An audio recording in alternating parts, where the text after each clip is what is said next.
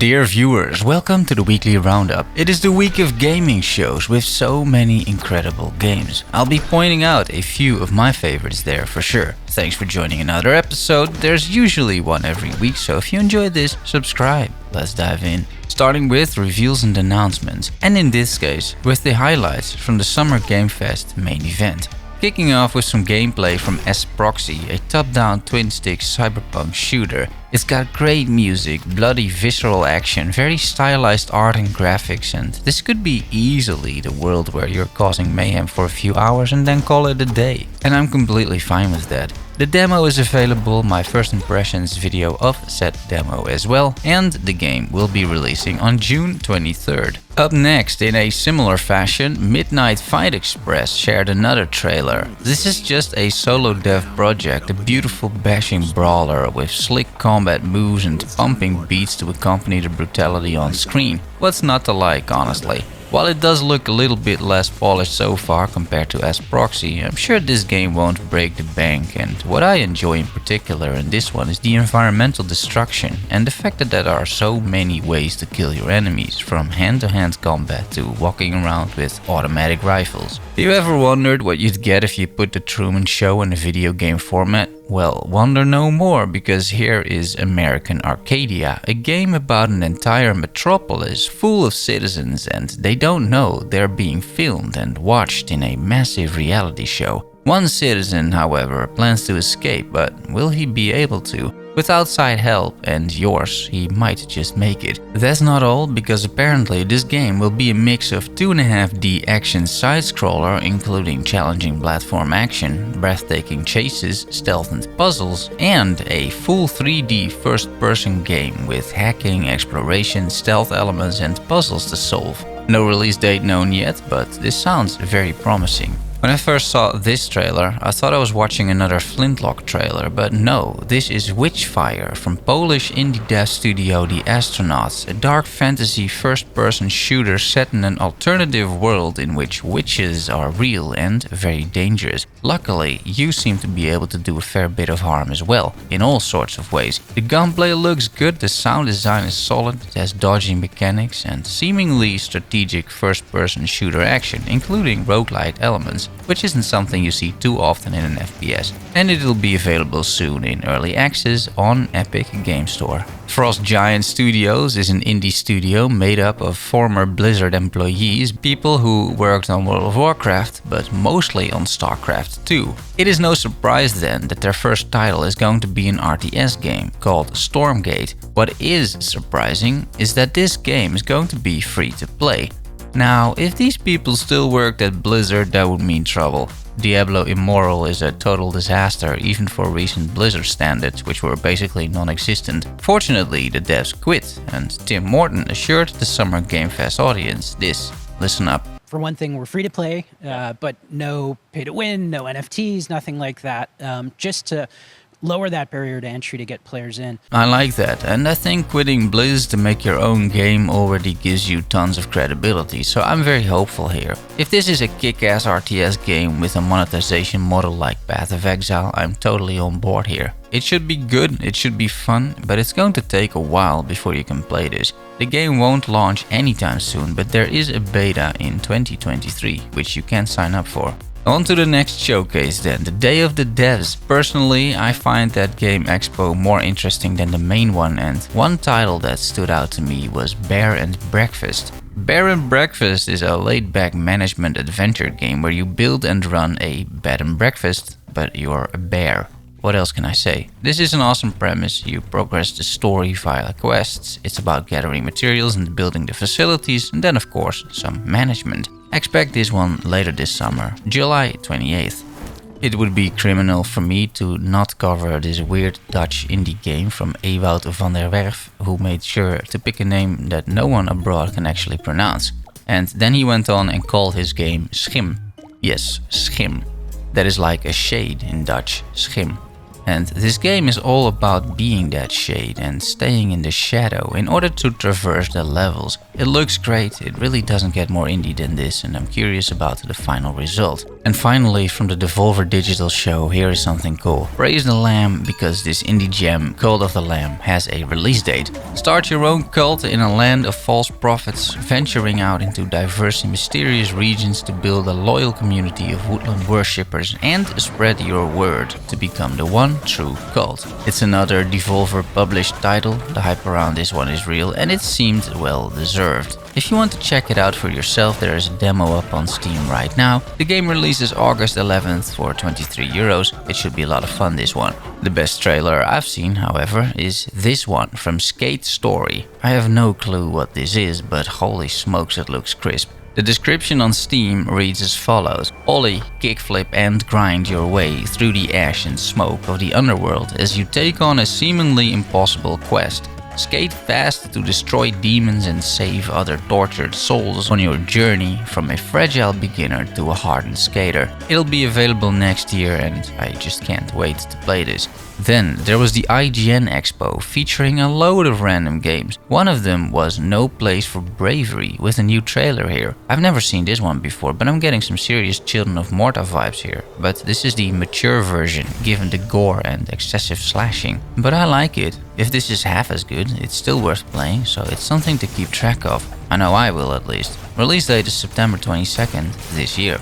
Another trailer dropped for Forever Skies, the space crafting survival something game. I've been following this one for quite a while now, and each time new content drops I am intrigued. This time is no different. It revolves around a post-apocalyptic version of Earth destroyed by a pathogen and you need to find the cure. Earth is unrecognizable, but I love the visuals in this one. Expect a lot of scouring, gathering and constructing using your special gun while trying to fend off some of Earth's new inhabitants. Finally, I watched the Tribeca showcase as well, but all of those games are either not very interesting or I've already covered them before on this channel. There are more game shows that went on after this, but I'll cover those next episode because at some point I need to stop writing and actually start recording all of this. We're not done yet with the section though. You thought this was all, but you're wrong because there is non-game show related news as well. How about this one? Card game Banners of Ruin, one of my favorite ones in the last few years, announced a new DLC, the Powder Master, referring to the new playable character that this DLC is built around. This character has a unique hero ability, mixing powder cards.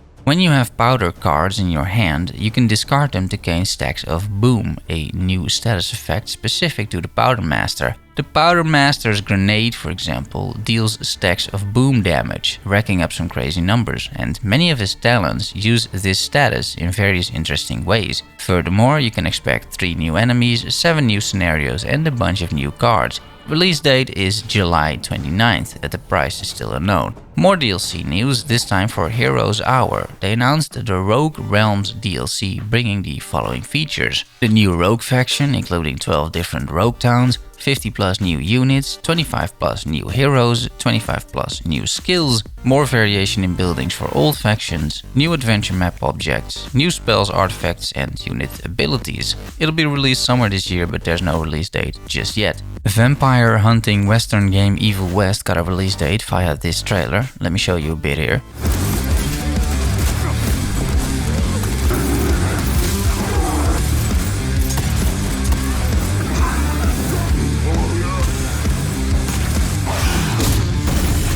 Yeah, that was predictable.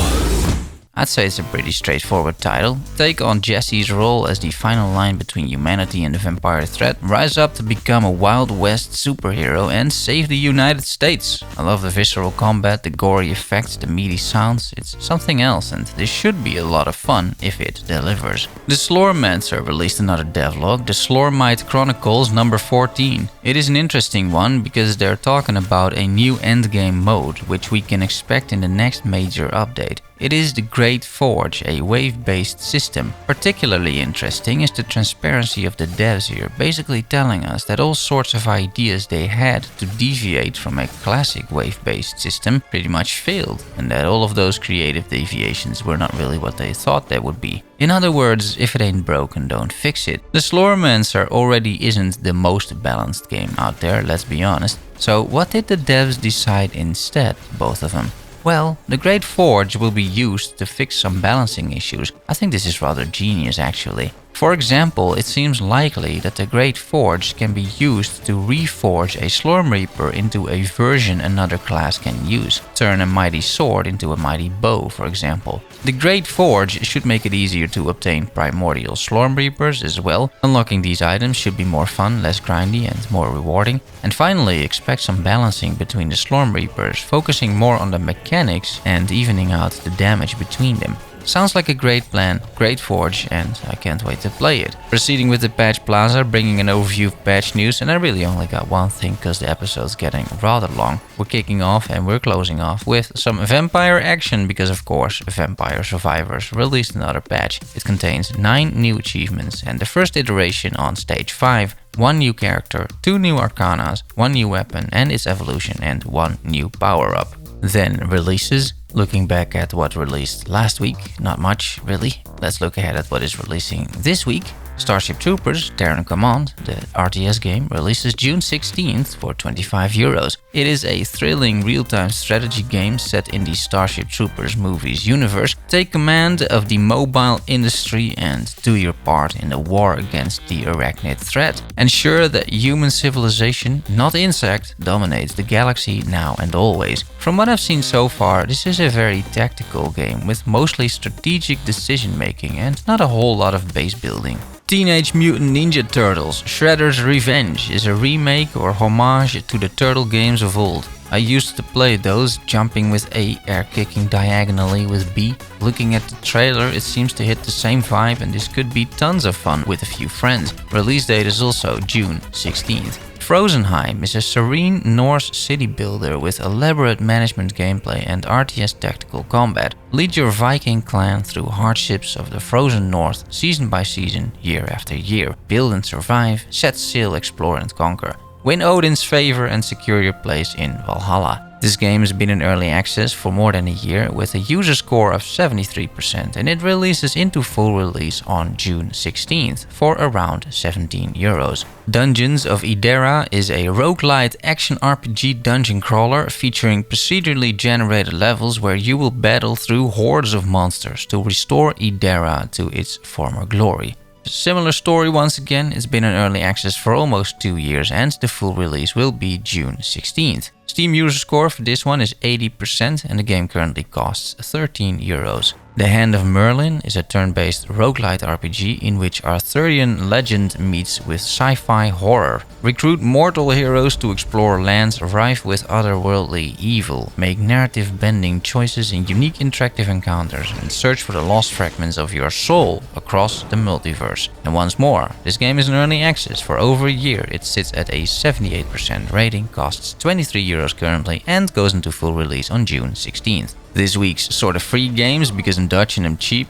Epic has Man-Eater, the shark ARPG where you're eating men and women, I'm sure. If that's your thing, pick it up, I guess. Time for some personal updates. What have I been up to? I've been up quite a bit actually. I've been enjoying some demos in the Steam Next Fest. Some really decent stuff happening over there. I might feature a few more on the channel as well. I've been reinstalling and modding Skyrim. Nexus Mods has this newish thing called collections, which are collections of mods that you can install as a package, so you don't have to worry about things like load order anymore, or your game constantly crashing. The creators of these packages, they have done everything for you. It's great honestly, lots of fun. Replaying a bit of that game after many years feels good, and I'm using new mods as well, and it's cool to see the game still holds up today. I'm grinding still a little bit in Path of Exile. I completed 17 challenges so far this league in Solo Self-Found. I'm level 99.5, meaning I might actually reach level 100 for the first time ever. It would be good.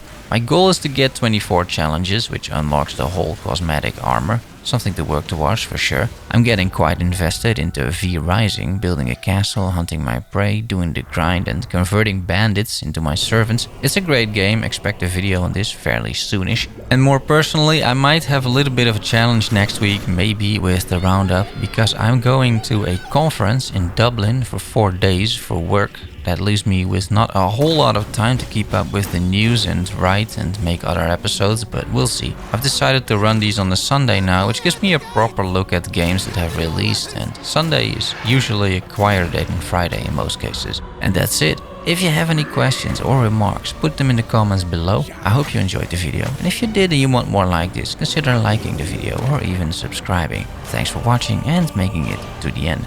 Love you all, see you soon, bye bye.